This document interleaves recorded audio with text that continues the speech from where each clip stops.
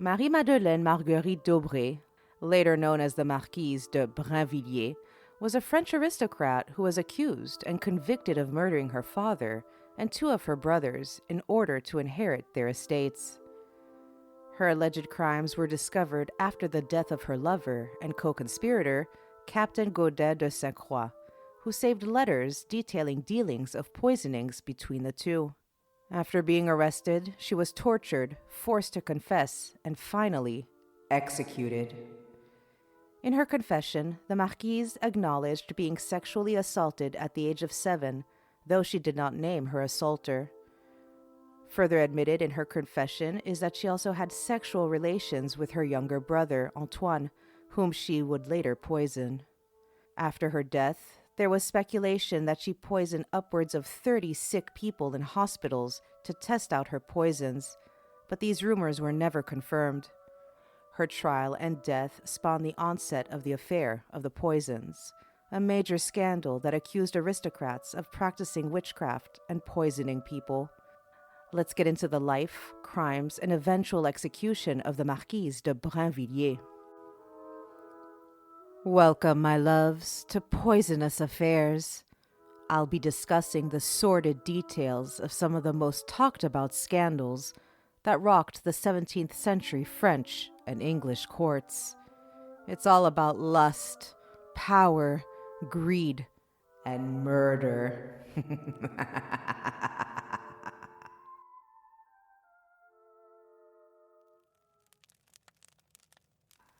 There's so much that happens in this story, so come close, my darlings, and let me give you the tea about the Marquise. I'm setting the stage, and we open with the Marquise was born, oh my, in 1630 to the relatively wealthy and influential household of d'Aubray. Her father, Antoine Dru d'Aubray, had multiple important governmental and high-ranking positions. Her mother was the sister of Jean-Jacques Ollier, who founded the Sulpicians and established the settlement of Ville-Marie in New France, which would later be called Montréal, or as some English speakers say, Montreal. So before I continue, I was actually looking up how to say these names, right? Because I'm just like, oh my goodness, they're so difficult. And they're a bit of tongue twisters. Even though I speak French, it doesn't mean I don't F up in pronunciation, right? But one of them was, I wanted to look up to make sure I was saying her father's name, Antoine Dru d'Aubray, correctly, right? And so I looked it up and I found a place where they had it, how they pronounced it. And I swear to God, the pronunciation came from like some American or something, because the way they said it was Antoine Dru d'Aubray. I was clutching my non-existent pearls. Okay, you know what? I was clutching my clavicle at this point, and I was like, is that what people hear when I speak French? Because my mom, my uncle, and certain other like people in my family on the French-speaking side, like they always say, you sound Canadian when you speak French. And I'm like, or my mom would say to me, are you speaking Canadian French to me? And I'm like, no. I am mortified if that's what people hear when I speak French. Oh my goodness. All right, back to the story. Though the eldest of 5 children and loved by her father, she would not inherit his estate and was thus expected to marry into another. Coming from a family of such wealth, whomever she married would inherit quite a large dowry from her, 200,000 livres to be exact.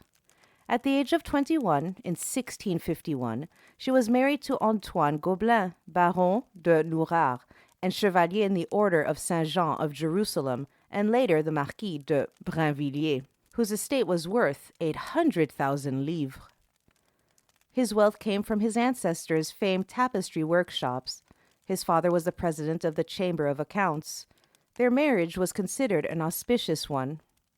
Upon marriage, the Marquise's father bestowed upon the couple a house at 12 Rue Neuve Saint-Paul in Marais, an aristocratic district of Paris. She soon had 3 children, 2 girls and a boy. She had a total of 7 children, of which at least 4 are suspected of being illegitimate children from the Marquise's various paramours. Oh my! In 1659, the Marquis introduced his wife to one of his gambling buddies, Gaudin de Sainte-Croix, also known as the Chevalier de Sainte-Croix. Now, Sainte-Croix had no notable pedigree. In fact, all he had to his name were debts and a bad reputation. However, he was handsome and talented. Now, I'm not too sure in which way he was talented. Was it with his hands, his tongue, or being an unscrupulous character? Either way, Marie-Madeleine fell for him and the pair became lovers.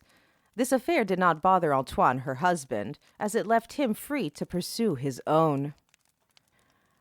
The couple's fortune rapidly began to disappear through gambling and extravagance, and the Marquis fled France to avoid his debtors, which meant that Marie-Madeleine was left behind to carry on an unchecked affair with Sainte-Croix. The scandal of Marie-Madeleine may not have bothered her husband, but her father was displeased to hear of his daughter's sexual affair with Sainte-Croix, and was further displeased that his daughter was in the process of separating her wealth from her husband's, which was akin to almost divorcing him, a major faux pas in French aristocratic society. Due to her father's position as a prévôt, granting him a large amount of power and influence, in 1663 he instigated a lettre de cachet, or an order of arrest, against her lover, Sainte-Croix. While riding in a carriage with the Marquise, Sainte-Croix was arrested in front of her and thrown into the Bastille for a little under 2 months. The Marquise later commented that perhaps if her father had not had her lover arrested, she might have never poisoned him. Now, many historians say that it was in this time in the Bastille where Sainte-Croix learned much about the art of poisoning. He was imprisoned at the same time as the famous Exili, an Italian in the service of Queen Christina of Sweden, who was an expert on poisons. Exili was imprisoned in the Bastille not because he had committed a crime, but rather because Louis XIV was suspicious of his presence in France, because the courts of Sweden and France were not on the best of terms at the time. Other historians say that it is highly possible that Sainte-Croix was already an acquaintance of Christopher Glaser, a famed Swiss pharmaceutical chemist and professor, and had attended some lectures given by him. Yet, other historians doubt that Sainte-Croix came into contact with either and might have just been using their well-established names to sell his poisons for a higher price. Upon his release from prison, Sainte-Croix set himself up as a reformed gentleman. He married, took a house, and began to develop a much quieter reputation as an alchemist and a scholar. However, his affair with Marie-Madeleine did not end. Instead, she joined him in his laboratory, I'm not too sure. You get the picture. Sainte-Croix started an alchemy business to allow him to work with poisons. He obtained the necessary license to use certain equipment in order to distill them. It was under his tutelage that the Marquise de Brinvilliers started to experiment with poisons and concoct ideas of revenge. Oh my.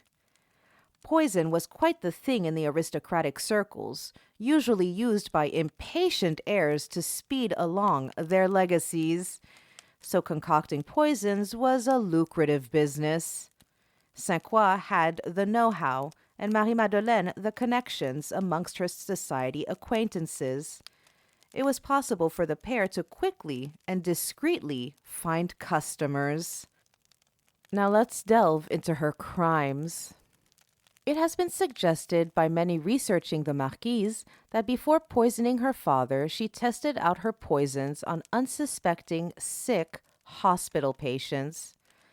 This theory comes from a report made by the Lieutenant General of the Paris Police, Gabriel Nicolas de Larigny, who, in speaking of the Marquise, indicated that she, a pretty and delicate high-born woman from a respectable family, amused herself in observing how different dosages of her poisons took effect in the sick.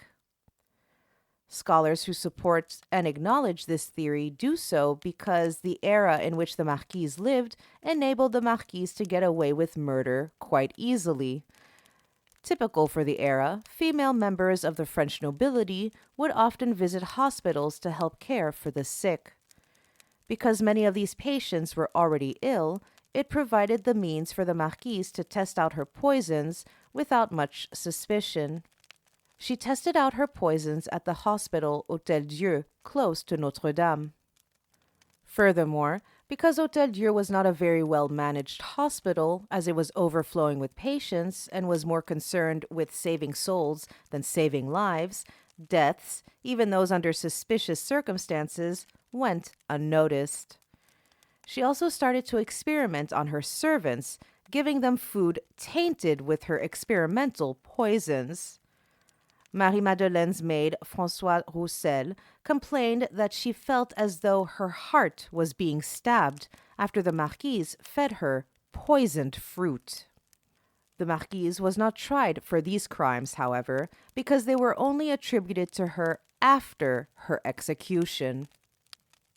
In 1666, the Marquise started to slowly poison her father, who would eventually die on the 10th of September. She placed a man by the name of Gascon in her father's household to slowly administer poison to him. In the week before his death, her father invited the Marquise and her children to stay with him. She gave him multiple doses of Glaser's recipe, a tried-and-true mixture of chemicals that would render him dead, seemingly of natural causes. Antoine Dru d'Aubray died with the Marquise at his side. An autopsy was performed on his body, which concluded that Dru d'Aubray died of natural causes, exacerbated by gout. After the death of her father, the Marquise inherited some of his wealth. She quickly burned through the money, and needing more, decided to poison her two brothers, hoping to get their share of the father's fortune, as she was, to her knowledge, their next heir. Her two brothers lived in the same household, but the Marquise was not on the best of terms with either of them, making them harder to slowly poison than her father. She thus employed a man by the name of Jean Hamelin, more commonly known as La Chaussée, to work as a footman in her brother's household. Antoine d'Aubray, her brother, actually suspected that he was perhaps a target of attempted poison when he noticed that his drink had a metallic taste to it. La Chaussée's attempt at poisoning him there failed, but not long after, during an Easter feast, Antoine fell ill after eating a pie and never recovered, dying on the 17th of June, 1670. The second brother was poisoned soon after, dying in September of the same year. Their subsequent autopsies would hint at poison due to the fact that their intestines were suspiciously colored, but nevertheless concluded that they both died of a malignant humor. I'm not too sure what that means. Now, I read in two places that, this is a little bit weird, that they had a sister named Marie-Thérèse. I also read in another place that Antoine's widow was also Marie-Thérèse. So I'm kind of confused, but either way, I'm just going to say that Antoine's widow, Marie-Thérèse, had her suspicions, but had no proof of poison. So I'm going with it's the sister-in-law, although the Marquise tried to also poison her sister, but didn't. So I'm not too sure what the story is there. But I'm thinking that the sister-in-law thought, you know what, F this, it's not worth it, and she left. Because sometimes, friends, you gotta save your own ass. She's probably thinking to herself, my husband's dead, I can't do anything about it, and I can always remarry, but one thing I can't do is resurrect from the dead. I'm out. Marie-Madeleine and Sainte-Croix became estranged after the death of her brothers. Then, quite suddenly, in 1672, Sainte-Croix died. In debt and without heirs, his possessions were impounded, pending a review by magistrates and his creditors. Discovered amongst them was a small red leather casket. Now, when this box was opened, inside was a note requesting the case and the contents be returned to Madame the Marquise, as all that it contains concerns her alone. These contents included incriminating letters from Marie to Sainte-Croix. So, upon hearing the news that this box had been found, the Marquise fled France to hide in England. She evaded authorities for a number of years. While in hiding, she survived off of sums of money sent to her by her sister. Now, her sister died in 1674, leaving the Marquise with little money to survive on. She continued to evade capture, moving from place to place every so often. It was in Belgium that the Marquise finally was caught. So in 1676, she rented a room in a convent in Liège, where authorities there recognized her and alerted the French government, who subsequently had her arrested. Among her possessions in the convent was a letter titled My Confessions, which, as the title implies, detailed the various crimes she had committed over the years, along with other personal information. In this letter, she admits to having poisoned her father and two brothers, and that she had attempted to poison her daughter, her sister, and her husband, although the latter three were unsuccessful. She also confessed to having had many affairs, and that 3 of her children were not her husband's. Some scholars doubt the Marquise's authenticity in her letters, but certainly the content of her confession was heavily used against her in French court. Initially, when questioned, the Marquise heavily feigned ignorance, neither denying or admitting the questions raised against her, but rather pretended that she was not aware of any happenings around her concerning the deaths of her family and her illicit relationship with Sainte-Croix. Later in the trial, the Marquise denied all crimes levied against her, placing blame on her former lover, Sainte-Croix. This lack of substantial evidence soon changed, however, from the testimony of another of the Marquise's former lovers, Jean-Baptiste Briancourt. Now, Briancourt alleged that not only had the Marquise admitted to him that she poisoned her brothers and father, but that she and Sainte-Croix had tried to murder him as well. What in the actual, my friends? What is happening? So the Marquise dismissed all of Briancourt's accusations against her, citing that he was a drunkard. She was not believed, however, and after a final interrogation, it was decided that she was guilty of her crimes. She was to be executed by beheading and then have her body burned in a public spectacle. I'm just trying to understand, how can you... it's not even that I'm judging this woman for having lovers. You do what you want in life. But how can you be in like these relationships and then openly say to them, well, you know what? I poisoned my father and my brother, or brothers. When do you have time for all of this? Like, I'm someone who has enormous anxiety. No joke. I wouldn't be able to have any kind of illicit sexual affair with anyone while plotting the death of a whole bunch of other people. My mind just does not work like that. I can't.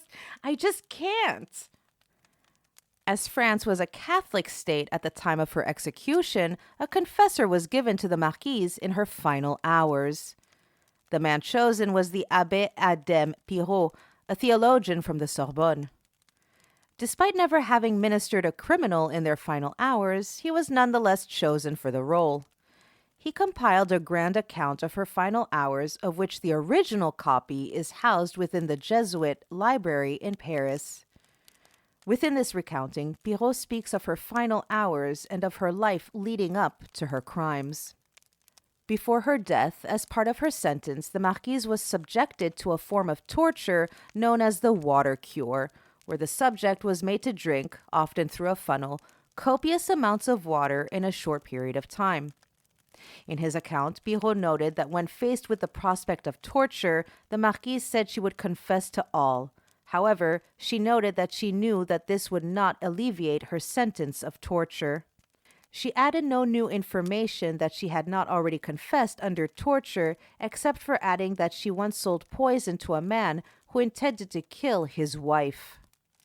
After 4 hours of torture, she entered a final confession session with Pirot in the prison chapel. She was not allowed to take communion before her death due to laws at the time forbidding condemned prisoners to take it. As she left the chapel, a crowd of aristocrats gathered to see the spectacle of her death march as she and the abbé traveled to the Place de Grève for her execution. The marquise was covered in a white slip, as was customary for the condemned at their execution.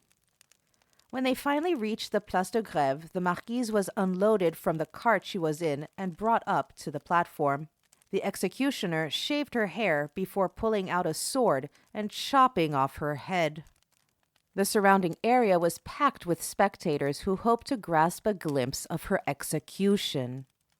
After the marquise's execution, authorities, notably La Reynie and Louis XIV, were convinced that the marquise could not have acted alone, and more individuals were involved than Sainte-Croix.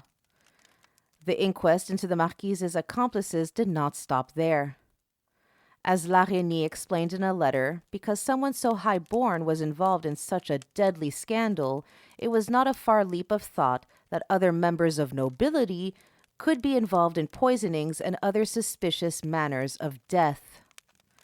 Many people in high positions of power were arrested and tried for murder and other criminal dealings. This gradually expanded until 1679, when the investigations came to their height in the resulting affair known as the Affair of the Poisons, where more than a few hundred individuals were arrested. Notable individuals implicated in the resulting affair include Catherine Mauvoisin, a fortune-teller, better known as La Voisin, Madame de Montespan, the king's mistress, and Olympia Mancini, the Countess of Soissons. Don't forget to check out episode 2 because we do delve into l'affaire des poisons, or the affair of the poisons. My, what an intriguing story that's full of lustful deeds, greedy aristocrats, and of course, murder. It's everything that I thrive on, let me tell you. You cannot make this shit up. I do hope you enjoyed this episode as much as I enjoyed talking to you about it.